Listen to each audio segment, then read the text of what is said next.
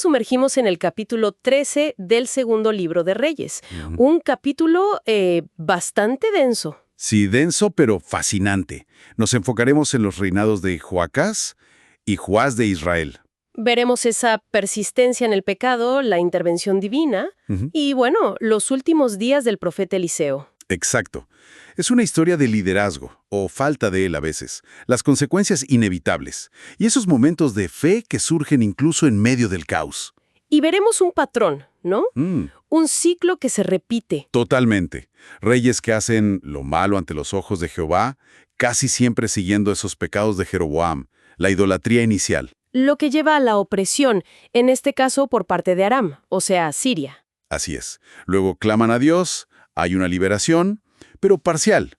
Nunca terminan de cortar con las prácticas idólatras. Y ahí, en medio, la figura clave de Eliseo. Empezamos entonces con Joacás, el hijo de Jehú.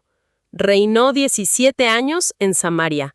Y el texto es claro, hizo lo malo. Siguió los pecados de Jeroboam, sí. Y la consecuencia fue, inmediata. ¿Cuál fue? La ira de Dios se encendió. Y por mucho tiempo cayeron bajo el poder de Hazael y luego de su hijo Ben-Hadad, los reyes de Aram. El ejército de Israel quedó... Devastado, ¿verdad? Devastado es poco. El texto dice que quedó reducido a casi nada, como el polvo que se trilla. Una imagen fuertísima de debilidad extrema. Pero... Joacás reacciona, ora a Dios, busca su favor. Sí, y Dios escucha. El texto dice que vio la opresión de Israel y les dio un libertador. Consiguieron un respiro, escaparon del poder directo de Aram. Uno pensaría que eso cambiaría las cosas, un punto de inflexión. Parecería, ¿no?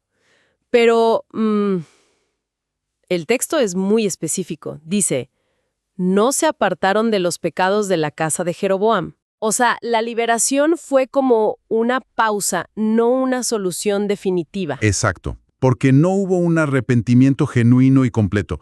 Incluso mencionan que el poste de acera, ese símbolo de idolatría, seguía ahí, en pie, en Samaria. ¡Wow! Entonces, Joacás muere y le sucede su hijo Joás. Joás. Y la pregunta es, ¿romperá él este ciclo? Gobernó 16 años y leemos que, pues no.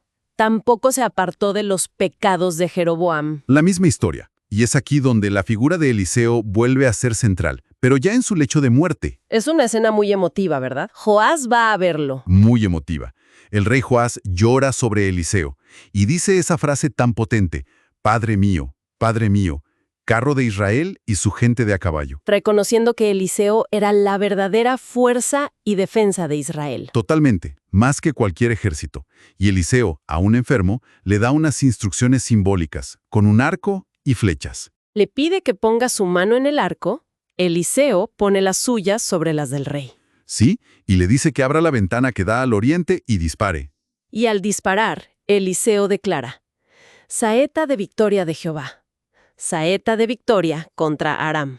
Una promesa clara de que Dios les daría la victoria sobre los sirios. Una promesa divina. Pero justo después, pasa algo extraño. Muy extraño. Eliseo le pide que tome las otras flechas y golpee el suelo con ellas. Y Joás golpea 3 veces y para. ¿Solo 3? Y el texto dice que el varón de Dios se enojó contra él. Muchísimo. ¿Por qué se enojó? Porque le dice que debió haber golpeado 5 o 6 veces. Eso hubiera significado destruir a Aram por completo. Pero al golpear solo 3... La profecía se ajusta a su acción. Solo vencería a Aram 3 veces. Una victoria limitada por una acción limitada. Tímida, quizás. Es fascinante y un poco escalofriante. Cómo la respuesta humana, incluso en un acto simbólico, parece influir en el alcance de la bendición divina. Sí, plantea muchas preguntas sobre nuestra parte en recibir las promesas de Dios. Poco después, Eliseo muere. Pero su historia tiene un epílogo increíble. Ah, sí, el relato del hombre que resucita. Breve pero impactante. Unos israelitas van a enterrar a un hombre, ven venir a unos incursores moabitas, y con la prisa arrojan el cuerpo a la tumba de Eliseo. ¿Y al tocar los huesos del profeta? El muerto revivió y se puso en pie. Un testimonio póstumo del poder de Dios que obraba a través de Eliseo. Impresionante. Realmente. Y el capítulo vuelve al conflicto con Aram. Muere Hazael, le sucede su hijo Ben-Hadad, y Joás de Israel. Pues actúa según la profecía limitada que él mismo marcó. Derrota a Ben-Hadad 3 veces, ni más ni menos. Y recupera las ciudades que Hazael le había quitado a su padre Joacás. Exacto. La victoria ocurrió, pero fue acotada, tal como se selló en esa escena con Eliseo y las flechas. Y el capítulo cierra con una nota teológica clave, ¿verdad?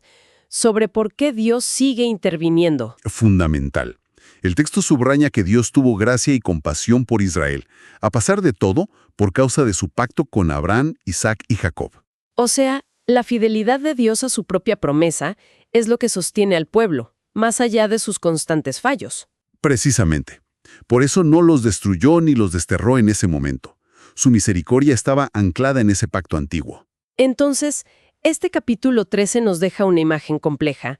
Reyes que no aprenden, que siguen en el error. Una intervención divina que, a veces, parece condicionada por cómo respondemos nosotros, como con Joás. Y sobre todo la misericordia de Dios basada en su pacto, que prevalece incluso sobre la infidelidad humana. Y nos queda resonando esa imagen de Joás golpeando el suelo solo 3 veces, ¿no? Sí, totalmente. Nos lleva a preguntarnos hasta qué punto nuestra fe, nuestra obediencia, nuestra audacia para creer y actuar influyen en cómo experimentamos las promesas de Dios. Es una reflexión profunda sobre esa interacción entre la voluntad divina y nuestra respuesta humana.